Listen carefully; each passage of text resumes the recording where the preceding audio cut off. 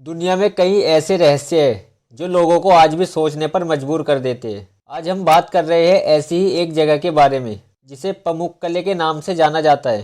तुर्की की पहाड़ियों पर मौजूद प्राकृतिक पुल बने हुए हैं जो अपनी खूबसूरती के साथ साथ लोगों के टूरिज्म का ही विषय बने हुए हैं, क्योंकि यहाँ मौजूद झरने का पानी अपने आप गर्म हो जाता है, जिसकी गुत्थी आज तक कोई नहीं सुलझा पाया है। झरने को देखने के लिए हर साल दुनिया भर से लाखों लोग आते हैं और ये झरने सीढ़ी नुमा आकार के बने हुए हैं। इन झरनों के पानी का टेम्परेचर 37 डिग्री सेल्सियस से 100 डिग्री सेल्सियस के बीच रहता है। ऐसा कहा जाता है कि इन झरनों में नहाने से कई तरह की बीमारियां, खासतौर से त्वचा संबंधी बीमारियां ठीक हो जाती है।